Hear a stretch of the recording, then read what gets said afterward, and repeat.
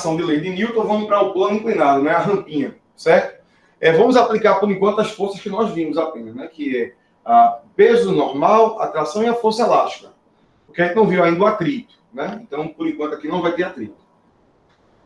Vamos pegar uma rampa, sem atrito, uma caixa, colocar sobre a rampa e soltar a caixa, né? Certo? Vamos soltar a caixa. Vamos lá. Primeiro passo de questão dinâmica, você sabe que tem que fazer o quê? Colocar as forças. Então, nesse exemplo que eu estou dando a vocês, vamos colocar as forças, né? Entre a rampa, terra, bloco, né? Então, vamos lá. Esse bloco, ele vai sofrer duas forças. Por que duas forças? Porque ele vai sofrer a força-peso dele com a terra e vai sofrer a força normal dele com a rampa. Com a superfície da rampa, porque ele tem contato com a rampa, então tem a normal, certo? Então, o peso no bloco é sempre vertical, porque o peso vai apontar para o centro da Terra, né?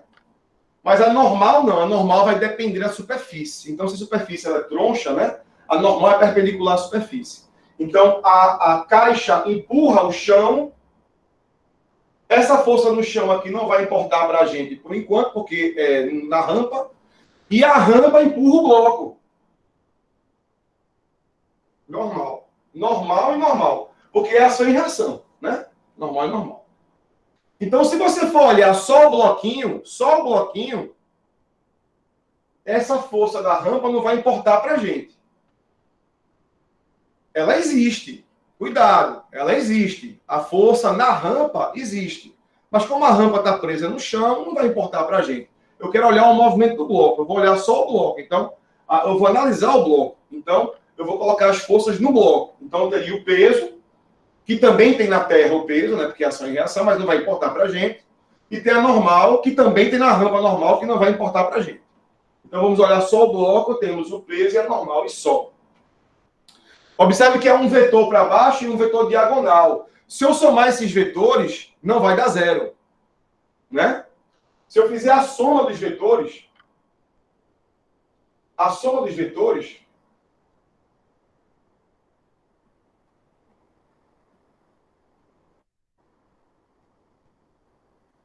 se eu somar esses vetores, não vai dar zero. Vai ter uma força resultante. Quer dizer o quê? Que esse bloco vai ter uma aceleração, né? E essa aceleração vai ser descendo a rampa, né? Porque ele vai, se eu soltar o bloco, ele vai descer, já não tem atrito, ele vai descer a rampa. Então, a aceleração ela está alinhada com a direção do movimento, né? Descendo a rampa, certo? Bom. Então, qual é o próximo passo? O próximo passo é você aplicar as leis de Newton no bloco. Então, no caso, eu vou aplicar a segunda lei, que é a equação força resultante igual a massa vezes a aceleração. Aí, como é que eu faço para achar a força resultante? Né? Qual é a força resultante em cima do bloco? Né? Qual é a força resultante? Então, vamos lá.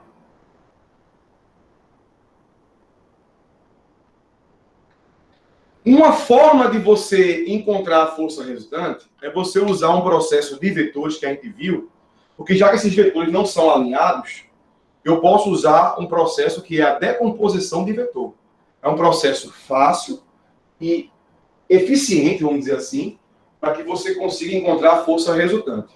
Então, por exemplo, eu vou criar um eixo X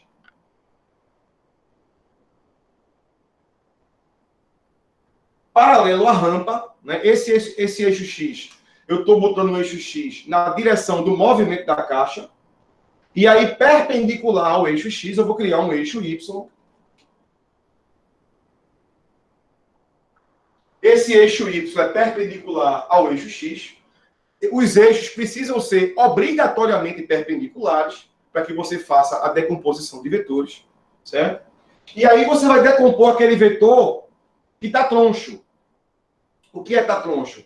É aquele vetor que nem pertence ao eixo X e nem pertence ao eixo Y. Por exemplo, a normal, ela já pertence ao eixo Y. Mas o peso nem pertence ao eixo X, nem pertence ao eixo Y. Então eu faço o quê? Vou decompor o peso. Você pega o vetor peso, e decompõe.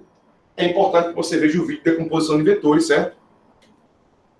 decompõe o vetor no eixo X e no eixo Y. Aí, quando você faz isso, esse peso ele vai desaparecer. O que você passa a ter agora é o PX e o PY. Agora, para calcular o valor de PX e PY, você tem que ter um ângulo aqui, ó. Chama de θ. A questão vai dar a você o ângulo da rampa, θ. Certo? Então, por exemplo, vamos lá, a geometria agora, a geometria. Olha a geometria.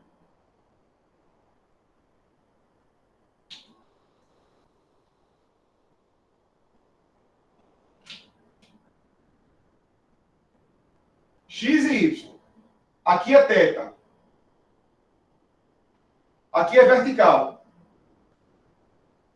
Se aqui é θ e aqui é 90, então aqui vai ser 90 menos θ.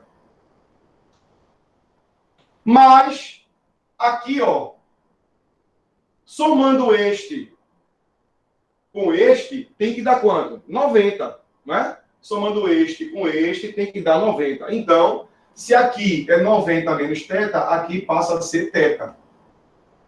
Vamos dar um exemplo numérico para você entender melhor. Se aqui é 30 graus, aqui é 90 menos 30, que é 60 graus. Então, se aqui é 30, aqui é 60. Mas se aqui é 60, aqui tem que ser 30, porque a soma tem que dar 90. Então, se aqui é 30, aqui é 30. Se aqui é 60, aqui é 60. Se aqui é 20, aqui é 20. Se aqui é θ, aqui é θ. Então, se aqui é θ, aqui é θ. Você pode fazer até isso direto nas questões. Então, o ângulo da rampa θ aqui embaixo, você já pode colocar ele direto entre o PY e o P. PY e o P, θ. E você vai usar esse θ para calcular o PX e o PY. Né?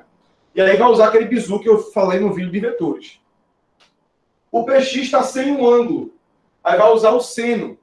E o PY está com um ângulo, vai usar o cosseno. Então fica PX é igual a P seno de θ. E o PY vai ser igual a P cosseno de θ. Certo? E quando você faz isso, você, como eu falei antes, você vai eliminar o peso, vai deixar de existir. O que passa a existir é isso aqui, ó. Aqui está a rampa, aqui essa bolinha vai ser a caixa, certo? Aí tu vai ter aqui a normal, tu vai ter aqui o PY e tu vai ter aqui o PX. Tu vai ter a normal, o PX e o PY. Certo? E aí, o que acontece? Na direção Y, a normal e o PY se cancelam, já que não tem movimento na direção Y, né? Então, a normal e o PY se cancelam. Se a questão perguntar assim, calcule a normal. Quem é a normal? A normal coincide com quem? Com o PY. Então, a normal vai ser igual ao PY. Né? E quem vai ser o PX? A força resultante. Então, o PX vai ser a força resultante. Então, se você for aplicar a segunda lei de Newton, força resultante é igual a massa vezes a aceleração, a força resultante vai ser o PX. PX é igual a massa vezes a aceleração. Essa é a conclusão principal da rampa. Certo? Você pode avançar mais na conta. Como assim avançar mais na conta? O PX é P seno. Então fica P seno de θ é igual a massa vezes a aceleração, né? Aí o peso, por sua vez, é mg. Então fica mg seno θ é igual a massa vezes a aceleração. A massa vai simplificar. Então a aceleração vai ser igual a g seno de θ. Essa conclusão que eu coloquei aqui agora, ela é interessante, porque veja, se você soltar aqui uma bola de gude sem atrito, né, uma bola de gude, a aceleração que ela vai ter descendo é g seno θ. Se eu soltar um elefante sem atrito, a aceleração que ele vai ter descendo é a mesma. É g seno θ, porque a massa corta. quer dizer que a massa não importa. Então pode ser uma coisa de massa pequena ou uma coisa de massa grande. A aceleração, ela é a mesma. Claro que aqui não tem atrito, certo? Então a aceleração sem atrito, a aceleração descendo uma rampa, ela só depende da gravidade do local e do ângulo. Então, se você mudar a inclinação da rampa, aí você muda a aceleração. Mas se você alterar a massa, não. Então, você pode botar uma coisa de massa pequena, por exemplo, um grama só de massa, uma bolinha descendo só de 1 grama, uma coisa muito pequena, ou botar uma coisa de massa gigante e soltar também, a aceleração é a mesma. Não tem atrito. Então, ela vai ser a mesma, porque não depende da massa. Certo? Então, isso é aplicação na rampa.